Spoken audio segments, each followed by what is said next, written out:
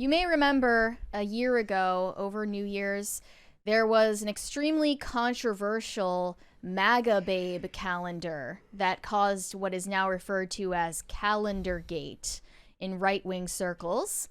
It featured a bunch of right-wing female e-celebrities in some scantily clad outfits, advertising what is called ultra-right beer. This was a beer brand created by Seth Weathers in the wake of the Bud Light controversy and the Bud Light boycott as an alternative from a right-wing company. And now, since that original controversy died down, he decided to bring it back for Calendar-gate 2.0. The argument about whether this is truly conservative has fallen by the wayside. Now, I think the unanimous take on this calendar is just that it looks bad. Yeah. I guess when I look at these types of things, I imagine something with a little bit more art direction. And there was none of that. They listened to none of the feedback. I guess to me, when I think about it, all of it looks blown out. Let's show the pictures here. There isn't really lighting design. Maybe I'm asking too much here. This is just blinding. Blinding. Look at this. Okay, so this is the MAGA Babes calendar. The previous one was not something I'd call a bikini calendar, but now it's just straight up a bikini calendar, and they're all wearing MAGA hats. That's the point of it.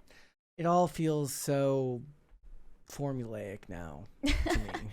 We have a 20 from the Manic Mustache. Late as usual, but apropos to cups of tastiness, I can tell Phil grew up in a healthy family, growing up in the 90s. Mama couldn't afford top ramen, only bottom ramen, but always made with love. Stay toxic, my friends. Bottom ramen? What? Top ramen was bottom ramen. That's the best part. Yeah, exactly. That's the whole point. So you can see in these photos, the lighting is just atrocious. The set design is non-existent. And it all has a very uncanny valley energy. Okay, so the first thing I thought is there's no shadows in anything. There's no depth of field. There's no beauty to the actual art of the photography. It's not about the women. It's flat and it's uninspired. You liked this building the wall concept. That at least was funny to me. But that's exactly the type of humor that conservatives like, right? Also, I was like, shouldn't the photos, because they went out of their way, again, sorry to critique, but they went out of their way to list their professions on there, but then the photos don't have anything to do with their professions. I feel like if you had taken this to somebody with like an actual art director, they would have tried to come up with concepts for each photo that connected to what they did for work, if the choice was to put what they did for work in the picture. I was more concerned that none of the months have seasonal themes. Yeah. You know? Yeah. All of them are just normal bikini pictures on beaches. Let me go back to what we were talking about yesterday. So yesterday on the show, I talked about the trailer for the movie Sinners. And the point of that was, when I watched that trailer, it made me ask myself 1,000 questions, whether it was about the structure of the story, what they were going to do with the characters. Was there going to be a racial theme that people were even saying that there might be to the story between the vampires and the people that weren't the vampires, and the concept of demons? But when I looked at that trailer yesterday and I was looking at a story set in the 1930s or 40s, and I'm looking at an actor like Michael B. Jordan, who's he's camera ready and he looks like he's in shape still to play a boxer. And the first thing I thought was would a dude in that time period who probably worked with his hands look that way? And when Haley Steinfeld is on camera with there's great shadows and the way that she's lit when they do the scene with the reveal with all the blood on her face, to me that art is beautifully done and it's evocative and it makes you ask questions. Now, I'm not saying that these things aren't 100% corollaries. Yes. We're looking at a beer calendar and I'm talking about a film, but the point is, great thought went into the way each one of those scenes is constructed. Now, you don't need to create a piece of high art, but more thought can go into the art design. In fact, you might have more freedom to do so with something like a calendar, where you can get involved with the people that are going to be your subjects and the photographer and say, look, let's create something together that speaks to not just our thought on beauty and anti-wokeness, but our thoughts on what you do for a living and how we can bring out a little bit of who you are as a person with this photo. That's all I'm saying. Yeah, I think what we found out, and hopefully this trend will change in the coming years, is that it seems like modern conservatives are bereft of a creative liberal temperament because all of those people found shelter in the mainstream avenues like Hollywood. Also, kind of like the moms on the internet we were just talking about. In the art circle, if you have strong conservative beliefs, you're going to be critiqued for taking risks when it comes to art. You will. You're going to be critiqued on moral lines. So maybe what's happened is that we've gotten so far past just the traditional liberal idea of art now, where to be allowed to create art there, you have to be progressive. And then the classical liberals have to find a place in that realm, because if they go the other direction, you take the slightest risk and you're going to be criticized for morality. Now, those same people would have been criticized on the other side now based on race and gender politic. But both sides have their own version of their own morality that they will use to critique the art that you made. And that makes for handcuffs that are very, very hard to take off when you're trying to create something. And when you start from a political standpoint, when you start from a anti-woke political messaging perspective, you're already boxing yourself in the same way that a lot of the political music that is made is done. And that's not my critique of the art itself, obviously, but the critique is that it's very hard to be free making art when you have to worry about audience capture and the people that buy your work telling you that the work that you made is immoral. Yeah, and most of the response to this calendar that I've seen from that perspective is conservatives saying that this is pornographic and goes against their conservative they called values. it OnlyFans, and I said we've lost the plot a bit here. Mm-hmm. Like it's a bikini calendar that promotes a beer brand. It's lowbrow, no matter how you do it, but even though it's lowbrow, it was poorly done. Yeah. That's the main critique I have. You could do lowbrow well. You could have done lowbrow well.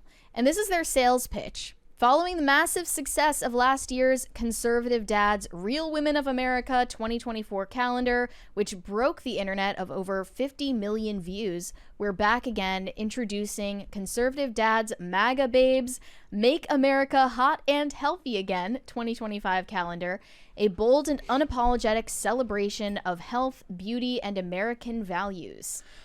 So, I mean, you can look at all of these photos and see how aesthetically it was a failure. It's just abhorrent. It looks soulless and cold, and it looks like I don't know, it misses the mark for what it's going for. I'm not going to critique it for not being high art, that's for sure, but it wasn't doing lowbrow the right way. Well, to do lowbrow the right way would require you to go even farther, and then you're going to lose your actual fan base. And it would probably be hard to get people that do have conservative audiences to commit to doing those types of things. But this calendar was getting juxtaposed with New York Magazine cover that was about the TikTok inauguration party thrown by CJ Pearson. They titled it "The Cruel Kids Table," out late with the young right as they contemplate cultural domination. And you can see in this magazine cover, it looks fun, it looks subversive, it looks interesting. The composition is well done, the lighting is well done, and it's an afterthought to them because it's in the DNA of liberal art creators to do art well. Yeah, and you can even see in the way that it's composed, your eyes are immediately drawn to this girl in the bottom left corner. And she's just perfectly poised. She has become an obsession for a lot of people. They're finding out who she is and finding her social media because she's the star of this photo. Whereas when you look at the photo from the calendar, it's just like what am I even looking at? It actually looks like green screen to me. It looks awful. It looks awful because conservatives made it. If I'm being truthful. Wait, the picture You're not talking. You're talking about The calendar looks awful because conservatives were in charge of making it. The magazine cover looks amazing because a leftist made it. So do you think that? So is your argument that conservatives can't make good art? Seems like it. Do you consider me a conservative? No. Okay. No. No, I don't. I'm certainly not a leftist. So No. my point yesterday was, at least for me, I'm not going to talk about the calendars or this stuff. To me, it's when it comes down to movies and television shows where they have a harder time with it. The one that I enjoyed the most was Lady Ballers and it was nothing to do with the cringy Reddit or the cringy Twitter humor at the beginning, right? Like that was the part that was the hardest part to get through. It was when we actually got the story of the father and the daughter having an actual conversation. And him as a dad, like that was actual decent storytelling. But the parts that they used to sell to a conservative audience are the worst. I was talking to somebody the other day, said I tried to watch Tim Allen's new show and I made it through about 15 minutes and I had to turn it off. It's just too on the nose. That could be the genre that I don't like sitcoms in general. But hearing him talk about tariffs and China in a show that's supposed to be about him reconnecting with his daughter, maybe I just didn't give it enough time, but it's too on the nose and I can't stand it. When the creation of the art is born out of a need to create art that counters somebody else's political movement, that means that the political philosophy will be on the forefront of the creator's brain, whereas somebody who is not even a leftist, just a traditional liberal, may have political leanings that show up in the art, but their creation of the art comes first, and that's why people hate most modern liberal art, because they're making the same mistake in a lot of ways that the right is making when they create art. So I'm watching this show right now called High Potential, and I realized something while I was watching it. When I start a new show, my hackles are up for the first 2 episodes, where I am looking for anything that feels like overt hyper, far left progressivism that's just shoehorned into a story, right? If you can get me through the first 2 or 3 episodes without doing that, I start to relax and let my guard down. And I realized last night when I went through episode 5, I said, I have now made it through 5 episodes of this very, very easy to make simplistic procedural with a gimmick, okay? I couldn't make it. But they have mastered this art in Hollywood for decades, something that they could do with their eyes closed and their hands tied behind their back 20 years ago. But that was because they did not have their political philosophy on the forefront of their brain. So there was an episode, like a second episode, where they bring up environmentalism. My antenna immediately went up. I'm like, oh God. Within 5 minutes, it became part of the story, but it did not go past that, right? We have a 20 from Corey Anderson. A PCC calendar featuring Mary where she wears a themed conservative outfit every month, and she has the same look of disgust in every photo except for November. November has Brett dressed like a turkey. Bestseller. Let's go. We gonna introduce I don't even this? get to be Santa Claus in December. I have to be a turkey? That sucks. You'd be one of my elves. I'm taller than you. That's not possible. I can't do that. It's about framing. Okay. See, it's all about the creation of the art. Forced perspective. Yeah. But I think that this proves conservatives don't know how to make themselves look cool. They don't know how to market themselves and their own ideas in an aesthetically appealing, compelling way. It's funny that liberals' art attacking conservatives is a way better aesthetic than conservative art celebrating ourselves. It's always striking how this style of conservative art can be so utterly devoid of art. Look, there Portrait photography and lighting that's more appropriate for a real estate listing or Home Depot ad. Look, I mean, I was critiquing movies and television, right? So there are comic creators, and think of George Alexopoulos. Does great art, right? Ghost of the Badlands, like that is a beautifully made book. When he gave that to me, I was shocked at how detailed and great that art was. That's not what I'm saying. I'm not saying they can't create it. I'm saying that when we get especially into these very, very expensive mediums that cost a lot to make, it's just a lot harder.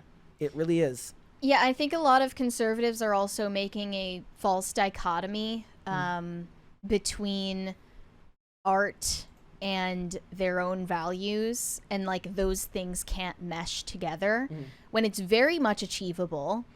I even saw Seth Weathers, the creator of this calendar, responding to the story about Dank DeMoss suing Lyft for size discrimination, saying, you can have this or MAGA babes. There's no in between. Yeah. There is definitely an in between. There is so much in between, it's not even funny. Yeah. And he's using that as his excuse to not really put effort into the product that he made. It's always that. It's always just creating an excuse to not put effort in where it belongs. In the chat says, if you want conservatives art, look deeper in old art. Yes, we Yes. understand that. We understand that Lord of the Rings, and there's plenty of examples of that. Mary Love. Look at the Catholic Church. Yes. Like, hello. But it's because in a different time, in the pre-modern times, you had people with liberal temperaments whose worldviews looked a whole lot more like mine. Yeah. And these days, those people would be sequestered off into places like Hollywood. And well, and the other point that I've always made, the reason why a lot of movies probably felt... Thank you. Thank you. Phil won't dance. That's okay. You're protesting.